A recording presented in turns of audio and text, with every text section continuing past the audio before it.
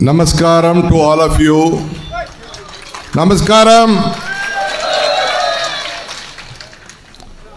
I am very happy to be in this God's own country to come and campaign for a widow who has been hacked to death 51 pieces by the left and give her courage and give strength to the UDF. നമസ്കാരം. ദൈവത്തിൻ്റെ സ്വന്തം നാട് എന്ന ഖ്യാതി നേടിയിട്ടുള്ള ഈ കേരളത്തിൽ വരാനും UDFന് വേണ്ടി തെരഞ്ഞെടുപ്പിൽ പ്രചാരണത്തിൽ നിങ്ങളോടൊപ്പം ചേരാനും വിശേഷിച്ച് നിരവധി വെട്ടുകളേറ്റുവാങ്ങി 51 വെട്ടുകളേറ്റുവാങ്ങി ജീവമൃത്യു ചെയ്യേണ്ടി വന്ന അങ്ങനെ വധിക്കപ്പെട്ട ഒരു രാഷ്ട്രീയ പ്രവർത്തകൻ്റെ വിധവയായ സഹോദരിക്ക് വേണ്ടി വോട്ടഭ്യർത്ഥിക്കാനും ഇവിടെ വരാൻ സാധിച്ചു എന്നുള്ളതിൽ എനിക്കേറെ കൃതാർത്ഥതയുണ്ട്. First, I would like to thank all of you for gathering this program and the leaders who are in the dais who have been organizing this program. I am very happy, though it is a very hot sun. You believe in the strength of the people. You believe in the voice of the people. You have come here in the hot sun to protect your state and yourself. വേദിയിലുള്ള ബഹുമാന്യരായിട്ടുള്ള നേതാക്കൾ, സദസ്സിലുള്ള എൻ്റെ ബഹുമാന്യരായ സഹോദരങ്ങൾ, നിങ്ങളോടൊപ്പം ഈ നിമിഷങ്ങൾ ചെലവഴിക്കുന്നതിൽ എനിക്ക് അനൽപമായ അഭിമാനമുണ്ട്, സന്തോഷമുണ്ട്. ഇതൊരു വലിയ പോരാട്ടമാണ്. ഈ പോരാട്ടത്തിൽ നിങ്ങൾ നിർവഹിക്കുന്ന ദൗത്യം ഈ നാടിനെ സംരക്ഷിക്കുക എന്ന ദൗത്യമാണ്.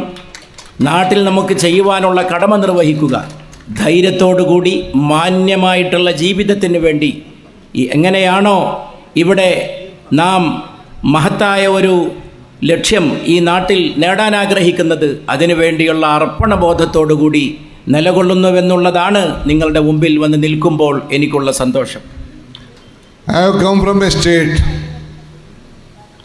where the Congress party is in power today.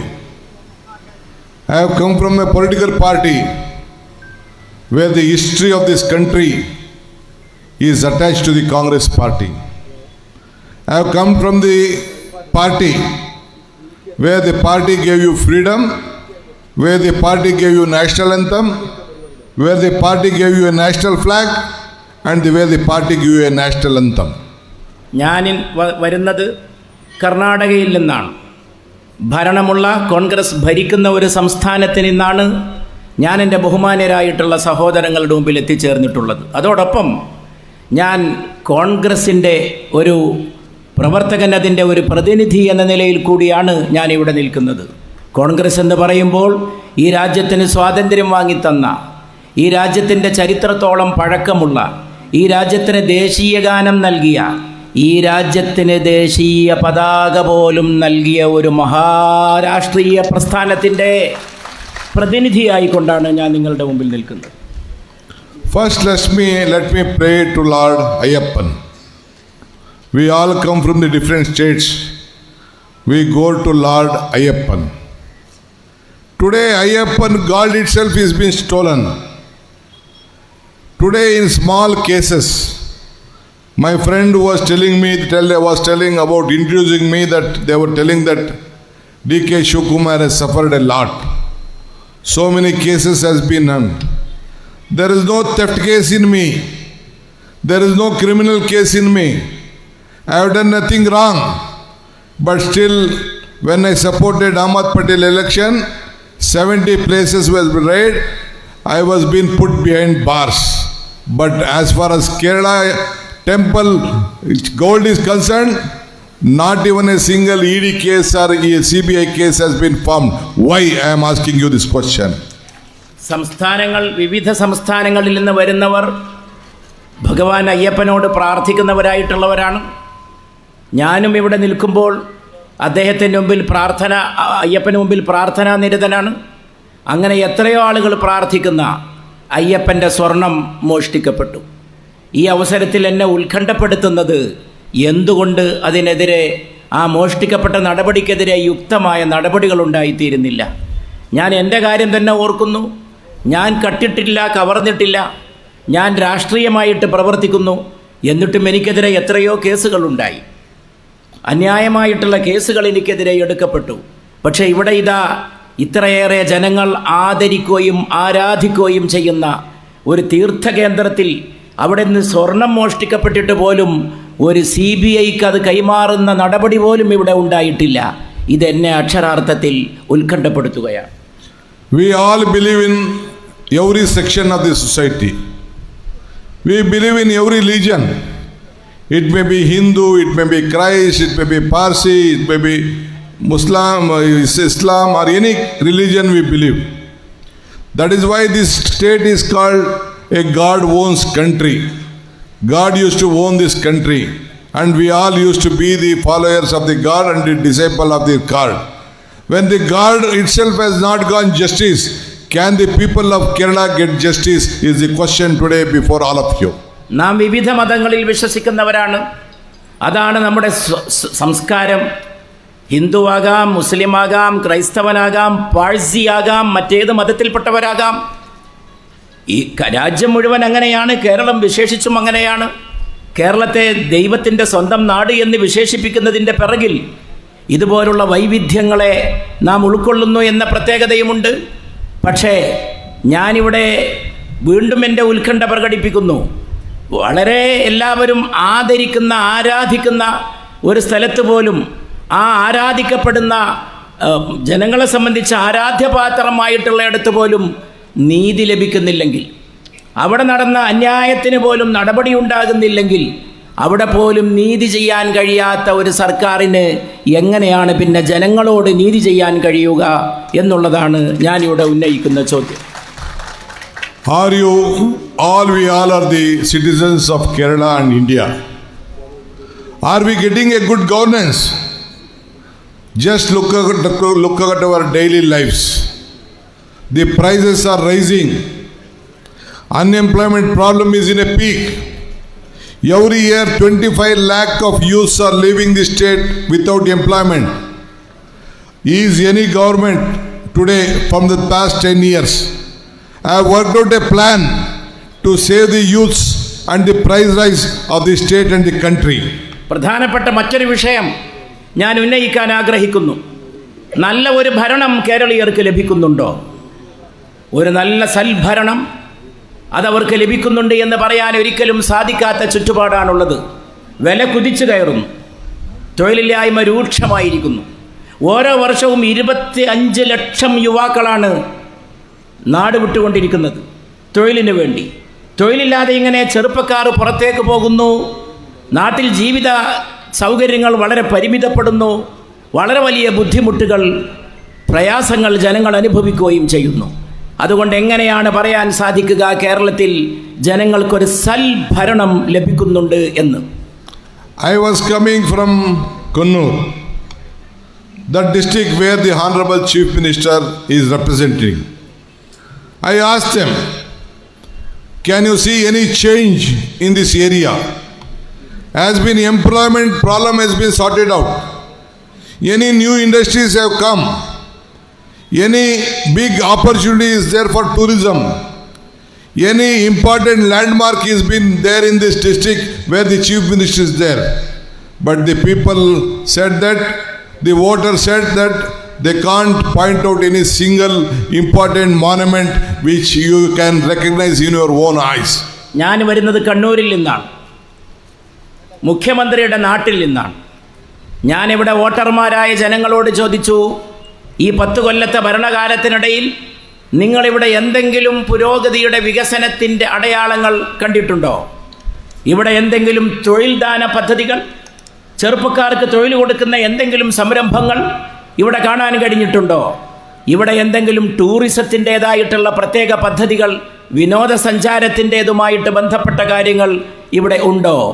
ഏതെങ്കിലും ഒരു വ്യവസായം വന്നിട്ടുണ്ടോ ഈ കണ്ണൂരിൽ? ഞാൻ അവരോട് ചോദിച്ചു.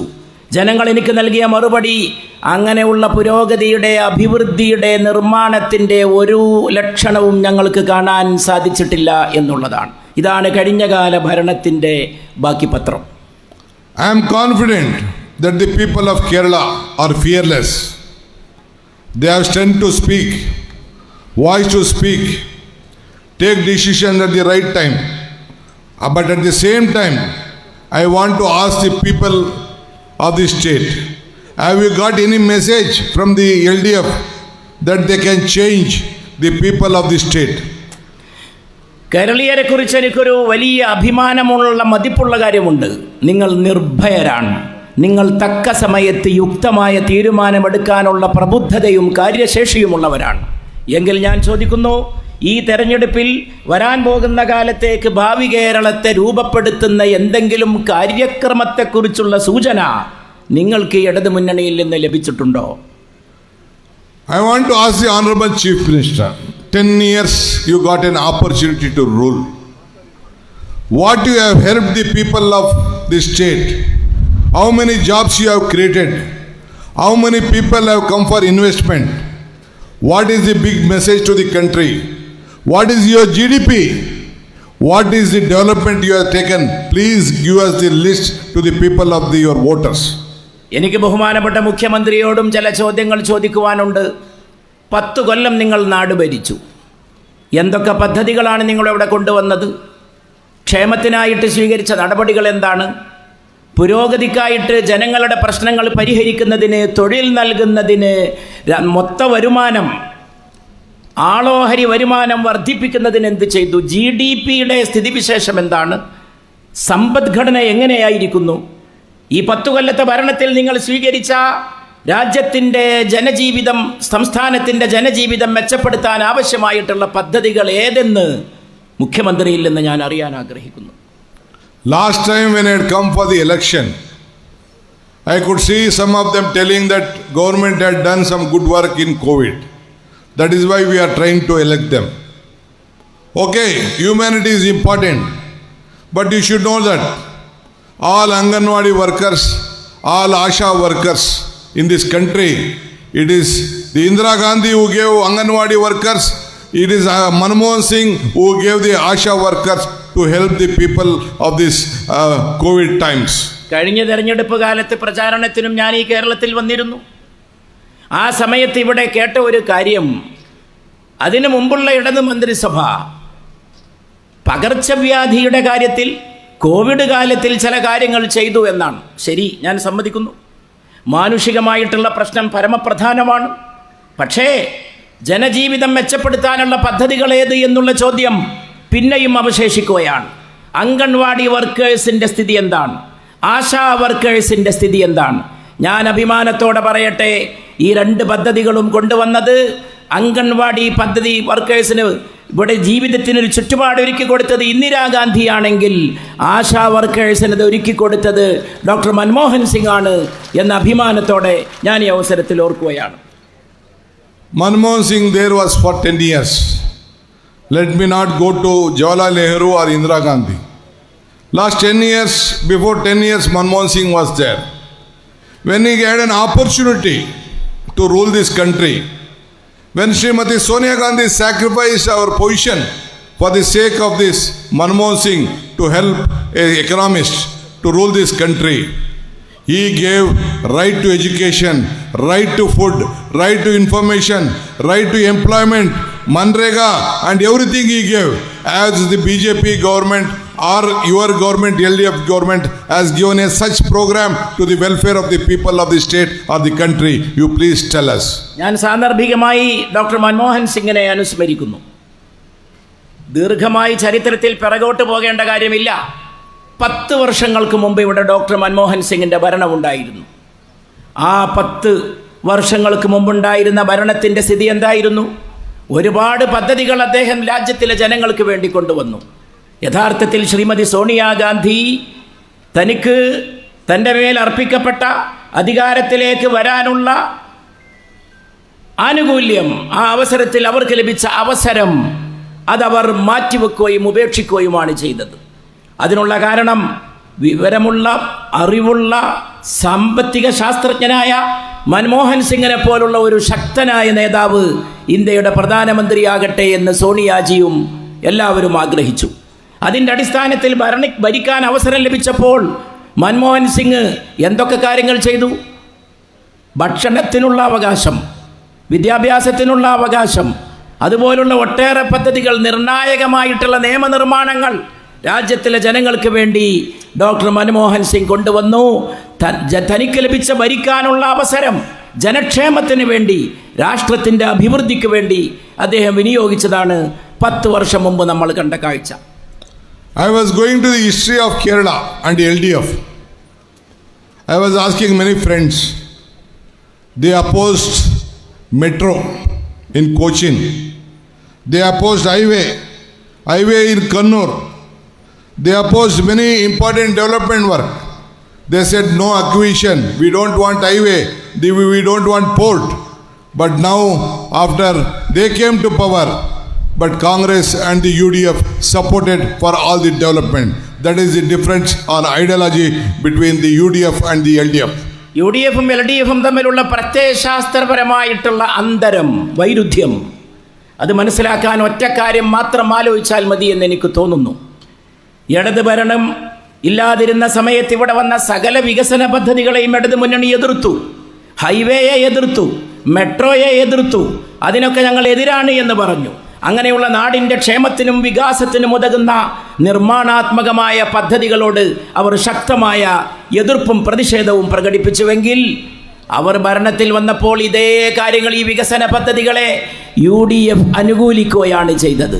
UDF ഒരിക്കലും ഈ വികസന പദ്ധതികളെ എതിർക്കാൻ പോയില്ല. ഇതാണ് പ്രത്യയശാസ്ത്രപരമായി, ആശയപരമായി, നിലപാട് സംബന്ധമായി UDF-ഉം LDF-ഉം തമ്മിലുള്ള പ്രകടമായിട്ടുള്ള വ്യത്യാസം. For any tree, all the trees are here. The root is important. For any human, the trust is important. So that is why the ideology differs. We believe in the root of a family and the history of a political party. That is why we have confidence that the UDF has a great history and we can protect every section of the society. That is why I have come to campaign for the UDF here today. മരത്തെ നാം കാണുന്നു, മരത്തെ നാം പുറത്തേക്ക് കാണുന്നുവെങ്കിലും അതിൻ്റെ വേരുകളെ നാം കാണുന്നില്ല. വേരുകളാണ് പ്രത്യയശാസ്ത്രം. അടിസ്ഥാനപരമായി ഏതൊരു വൃക്ഷത്തിനും നിലകൊള്ളാൻ അതിന് ആഴ്ന്നിറങ്ങുന്ന വേരുകൾ ഉണ്ടായിരിക്കണം. ഒരു രാഷ്ട്രീയ പാർട്ടിക്കും രാഷ്ട്രീയ മുന്നണിക്കും ചരിത്രത്തിലേക്ക് ആഴ്ന്നിറങ്ങുന്ന വേരുകളാണ് അതിൻ്റെ പ്രത്യയശാസ്ത്രം. UDF-ന് വ്യക്തമായിട്ടുള്ള പ്രത്യയശാസ്ത്രമുണ്ട്. ആ പ്രത്യയശാസ്ത്രം ഉയർത്തിപ്പിടിച്ചുകൊണ്ടാണ് അഭിമാനത്തോടെ ഞാൻ UDF-ന് വേണ്ടി വോട്ടഭ്യർത്ഥിക്കാൻ ഈ തെരഞ്ഞെടുപ്പ് വേളയിൽ കേരളക്കരയിൽ എത്തിച്ചേർന്നിട്ടുള്ളത് എന്നെൻ്റെ സഹോദരങ്ങളോട് പറയുന്നതിലും എനിക്ക് പ്രത്യേകമായ സന്തോഷമുണ്ട്. We all believe in our own religion, our God. God will not give us boon or curse. God will give an opportunity to work and fulfill the aspiration of the people when you are in power. നമ്മളെല്ലാവരും ദൈവത്തിൽ വിശ്വസിക്കുന്നു. പക്ഷെ ദൈവം നേരിട്ട് ഇറങ്ങി വന്ന് നമ്മുടെ വായിൽ ഓരോന്ന് വെച്ച് തന്ന് സ്പൂണിലൂടെ നമ്മെ അന്നം കഴിപ്പിക്കുമെന്ന് നമ്മൾ ആരും വിശ്വസിക്കുന്നില്ല. ദൈവം അവസരങ്ങൾ നൽകുന്നു. ആ അവസരങ്ങൾ ഉപയോഗപ്പെടുത്തിക്കൊണ്ട് പ്രവർത്തിക്കുക എന്നുള്ളതാണ് മാനവധർമ്മം. അതുകൊണ്ട് തന്നെ ഭരിക്കാൻ അവസരം കിട്ടുമ്പോൾ അത് ഉപയോഗപ്പെടുത്തിക്കൊണ്ട് ജനങ്ങൾക്ക് അവസരങ്ങൾ ഒരുക്കിക്കൊടുത്ത് അവരുടെ ക്ഷേമത്തിന് വേണ്ടിയുള്ള നടപടികളും സംരംഭങ്ങളും ഉണ്ടാക്കുക എന്നുള്ളതാണ് ഭരിക്കുന്നവരുടെ ഉത്തരവാദിത്വം. When you have got an opportunity to work, I am asking LDF, what is the opportunity you have given to the people of this state from the past 10 years? What you have sorted? Have you given them employment? Have you given them strength? Have you given them voice? Have you given them the value of their life? കഴിഞ്ഞ 10 കൊല്ലം നിങ്ങൾ ഈ കേരളക്കരയിലെ ജനങ്ങൾക്ക് എന്ത് ചെയ്തുവെന്ന് ഇടത് മുന്നണിയോട് ഞാൻ ആവർത്തിച്ചൊരു ചോദ്യം ഉന്നയിക്കാൻ ആഗ്രഹിക്കുന്നു. നിങ്ങൾക്ക് അവർക്ക് എന്തു കൊടുത്തു? ജീവിതം കൊടുത്തുവോ? ക്ഷേമം കൊടുത്തുവോ? അവർക്ക് തൊഴിലില്ലായ്മ പരിഹരിക്കാവുന്ന പദ്ധതികൾ കൊടുത്തുവോ? അവരുടെ ശബ്ദം അവർക്ക് നൽകിയോ? അതിനെ നിലനിർത്താൻ നടപടി സ്വീകരിച്ചുവോ? കഴിഞ്ഞ ഏക ദശകക്കാലത്തെ പ്രവർത്തനങ്ങൾ ജനങ്ങൾക്ക് വേണ്ടി ചെയ്തതെന്തെന്ന് അവർ വിശദീകരിക്കണം എന്ന് ഞാൻ ആവശ്യപ്പെടുന്നു. I am a president of a political party, Congress party in Karnataka, last 6 years back. I was been appointed by Sonia Gandhi and Rahul Gandhi in these difficult times where the BJP did the Operation Lotus. From that day I am been working and the Congress party came to power. After the Congress party came to power, the prices were high. All the essential commodities were very high and the income was less. Then I decided to give 5 guarantees. ഞാൻ കോൺഗ്രസിൻ്റെ president ആയിരുന്നു കർണാടകയിൽ. എന്നെ സോണിയാഗാന്ധിയും രാഹുൽ ഗാന്ധിയും ചേർന്നുകൊണ്ടാണ് എന്നെ കോൺഗ്രസിൻ്റെ president സ്ഥാനത്തേക്ക് അവരോധിച്ചത്. ആ അവസരത്തിൽ BJP ആണ് കർണാടക ഭരിച്ചുകൊണ്ടിരുന്നത്. രൂക്ഷമായിരുന്നു ജനജീവിതത്തിൻ്റെ സ്ഥിതിവിശേഷം. വിലക്കയറ്റം രൂക്ഷമായിരുന്നു. അതുകൊണ്ട് തന്നെ കോൺഗ്രസ് അധികാരത്തിൽ വന്നാൽ ജനങ്ങളുടെ ജീവിതം മെച്ചപ്പെടുത്താൻ, വിലക്കയറ്റം തടയാൻ എന്തൊക്കെ നടപടി സ്വീകരിക്കുമെന്നുള്ളതിനെക്കുറിച്ച് 5 വ്യവസ്ഥകൾ ഞാൻ ജനങ്ങളുടെ മുമ്പാകെ സമർപ്പിച്ചു. You ask your brothers and sisters who are in Karnataka, who are in Bangalore, who are in Coorg, who are in Mysore, who have been working there, lot of your relatives, friends are working. All the women,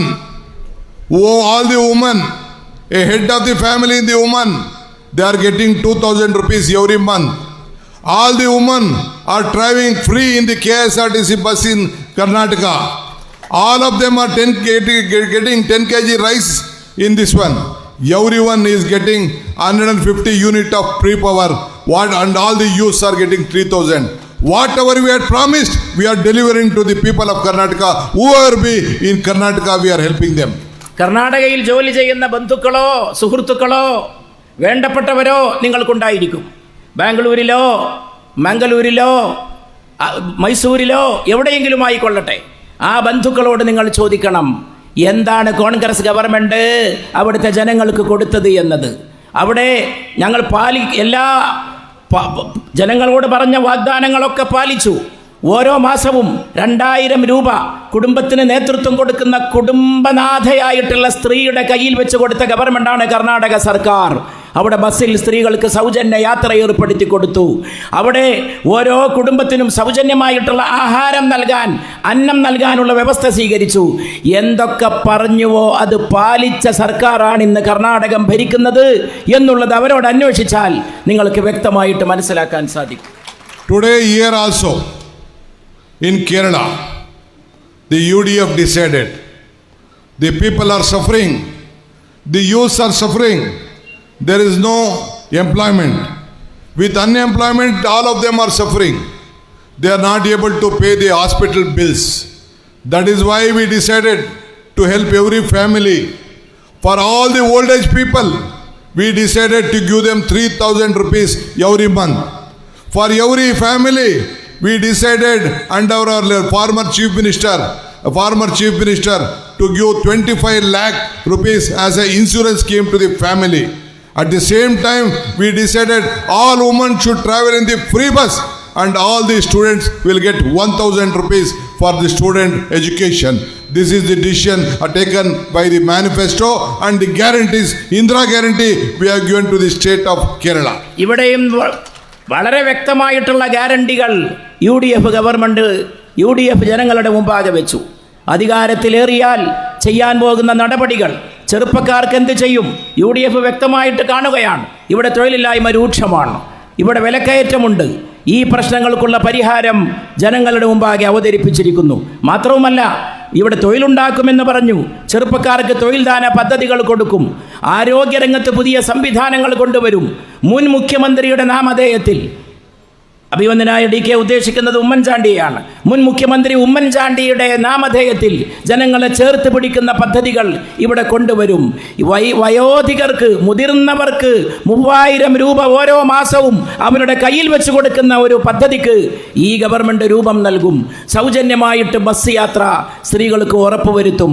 അങ്ങനെ നിരവധി പദ്ധതികൾ യുവാക്കൾ, വനിതകൾ, വന്ധ്യവയോധികർ, മുതിർന്നവർ, ഇളയവർ, ചെറുപ്പക്കാർ, സ്ത്രീകൾ എല്ലാവരുടെയും ഉന്നമനത്തിനും ക്ഷേമത്തിനും ഉതകുന്ന വിവിധങ്ങളായിട്ടുള്ള പദ്ധതികളുടെ ഗ്യാരണ്ടികളാണ് UDF ജനങ്ങളുടെ മുമ്പാകെ ഈ തെരഞ്ഞെടുപ്പിൽ സമർപ്പിച്ചിട്ടുള്ളത്.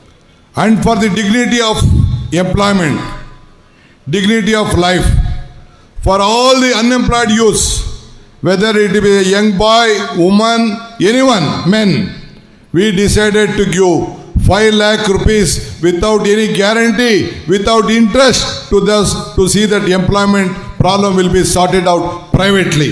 തൊഴിലിൻ്റെ മാന്യത പരമപ്രധാനമാണ്. തൊഴിലിൻ്റെ മാന്യത, ഡിഗ്നിറ്റി ഓഫ് വർക്ക്, അത് ഈ ഗവൺമെൻറ് ഉറപ്പുവരുത്തുമെന്ന് ജനങ്ങളെ അറിയിച്ചു.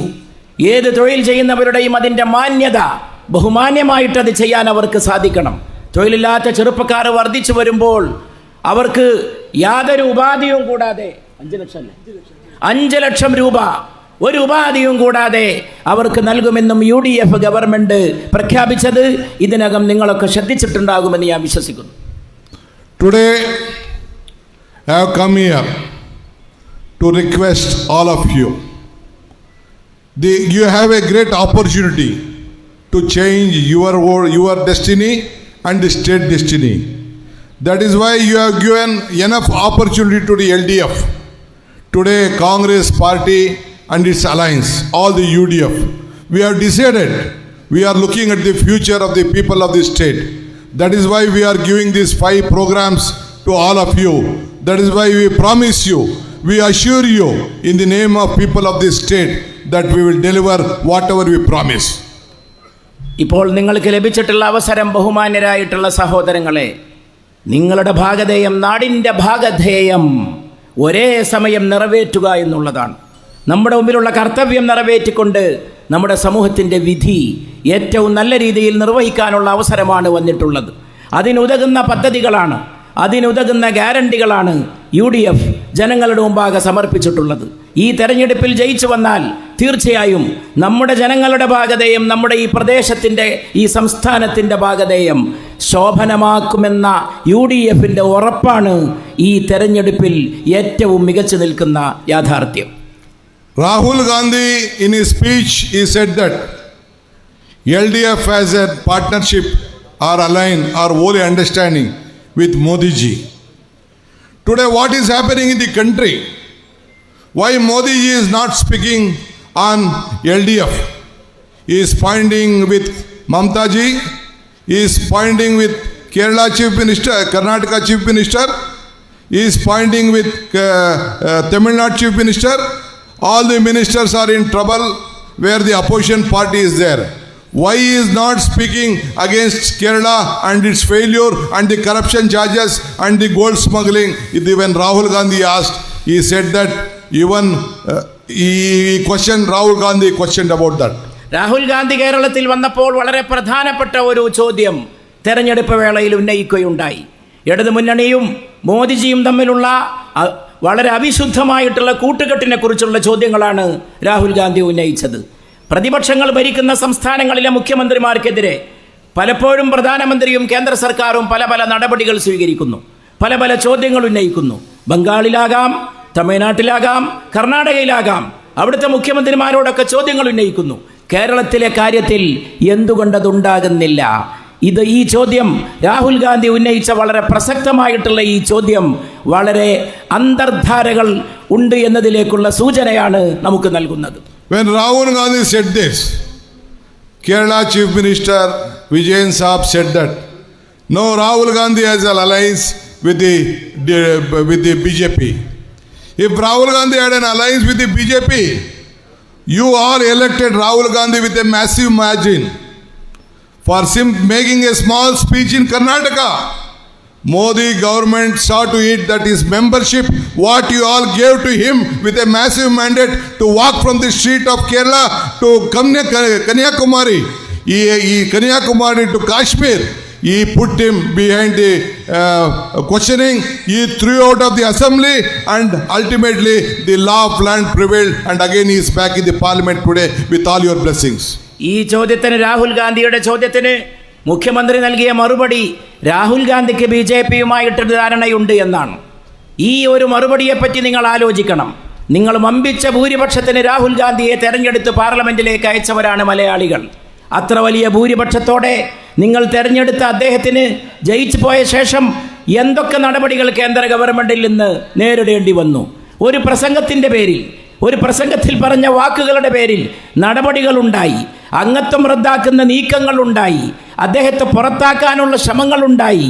അവസാനം നിയമത്തിൻ്റെ പരിരക്ഷ കൊണ്ട് മാത്രമാണ് രാഹുൽ ഗാന്ധി നിങ്ങൾ കൊടുത്ത ആ പാർലമെൻറ്റ് അംഗത്തിൻ്റെ പരിരക്ഷ അത് സംരക്ഷിക്കുന്ന രീതിയിൽ അദ്ദേഹത്തിന് മുന്നോട്ട് പോകാൻ സാധിക്കുകയുണ്ടായത്. അതുകൊണ്ട് ഈ രാഹുൽ ഗാന്ധിയുടെ ചോദ്യത്തിന് നൽകിയ മറുപടി വളരെ അടിസ്ഥാനരഹിതമായിരുന്നു എന്നും നമുക്ക് കാണാൻ സാധിക്കുന്നു. On behalf of all the congressmen and India group in this entire country, to save democracy, you all have helped from the Kerala Rahul Gandhi and today Priyanka Gandhi. They are the future of this country and they will protect this nation. You be confident on this Gandhi family today. UDF ആകട്ടെ, India അലയൻസിലെ മറ്റെല്ലാ കക്ഷികളാകട്ടെ, അതിൻ്റെ തലപ്പത്ത് നിന്നുകൊണ്ട് രാജ്യത്ത് നല്ലതായ രാഷ്ട്രീയത്തിന് നേതൃത്വം കൊടുക്കുന്നത് ഇന്ന് രണ്ട് പേരാണ്. രാഹുൽ ഗാന്ധിയും പ്രിയങ്ക ഗാന്ധിയുമാണ്. ഇന്ത്യയുടെ ഭാവി അവരുടെ കരങ്ങളിലാണ്. തീർച്ചയായും അവരുടെ നേതൃത്വത്തിൽ നമുക്ക് അഭിമാനമുണ്ട്. ആ മഹത്തായ പ്രവർത്തനങ്ങൾ, അവരുടെ നേതൃത്വത്തിൽ നടക്കുന്ന പ്രവർത്തനങ്ങൾ, രാജ്യത്തിൻ്റെ രക്ഷയ്ക്ക് വേണ്ടിയുള്ള പ്രവർത്തനങ്ങൾ, അതാണ് UDF ആയാലും ഇന്ത്യ അലയൻസിലെ മറ്റു രാഷ്ട്രീയ കക്ഷികളായാലും മുറുകെ പിടിക്കുന്നത്, അഭിമാനത്തോടുകൂടി അവർ സ്വയം വഹിക്കുന്നത്. Like Sonia Gandhi sacrificed her life, Indira Gandhi sacrificed her life. Sonia Gandhi sacrificed power, Indira Gandhi sacrificed life, Rajiv Gandhi sacrificed his life. Today our Rama, my sister sitting you, she lost her husband for the sake of the unity of this state. To give strength to all of you, we all should join hand to support us, give her a big strength that tell that yes, we are behind you, you should be with a part of this nation pride. നമ്മുടെ നേതാക്കന്മാർ അങ്ങനെയാണ്. അവർ സ്വാർത്ഥം കൊണ്ട് നടക്കുന്നവരല്ല. അവർ പൊതുഹിതത്തിന് വേണ്ടി, പൊതു നന്മയ്ക്ക് വേണ്ടി അവരുടേതായത് പലതും ബലിയർപ്പിക്കുന്നവരാണ്. ഇന്ദിരാഗാന്ധി ബലിയർപ്പിച്ചു സ്വന്തം ജീവൻ, രാജീവ് ഗാന്ധി ബലിയർപ്പിച്ചു സ്വന്തം ജീവൻ, സോണിയാഗാന്ധി ബലിയർപ്പിച്ചു തനിക്ക് ലഭിച്ച അധികാരം. ഇങ്ങനെ ബലിയർപ്പിച്ചുകൊണ്ടാണ് അവർ പൊതുഹിതത്തിന് വേണ്ടി, പൊതു നന്മയ്ക്ക് വേണ്ടി, രാഷ്ട്രത്തിന് വേണ്ടി നിലകൊണ്ടിട്ടുള്ളത്.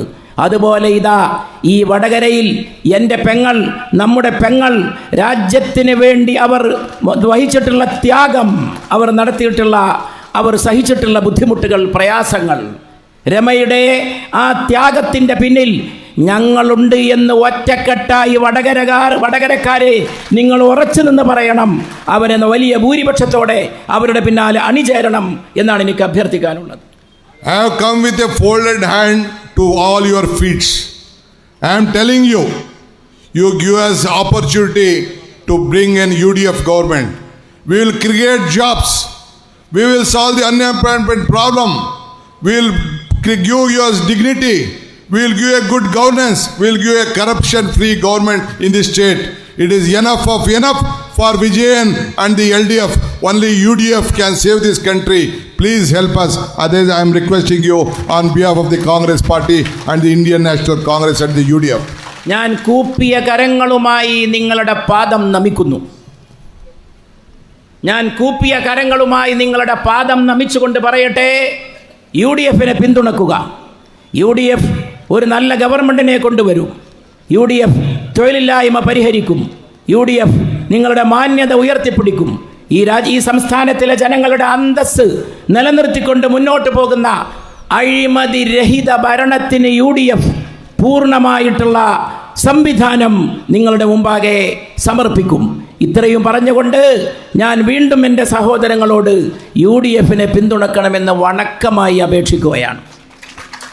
Today you all should be proud that the UDF have selected a candidate who is close to your heart, who can be a part of your family, who is your worker, who is your trusted lieutenant, who can help to house, who can make you feel proud that she will be your true representative to help a common man of this constituency.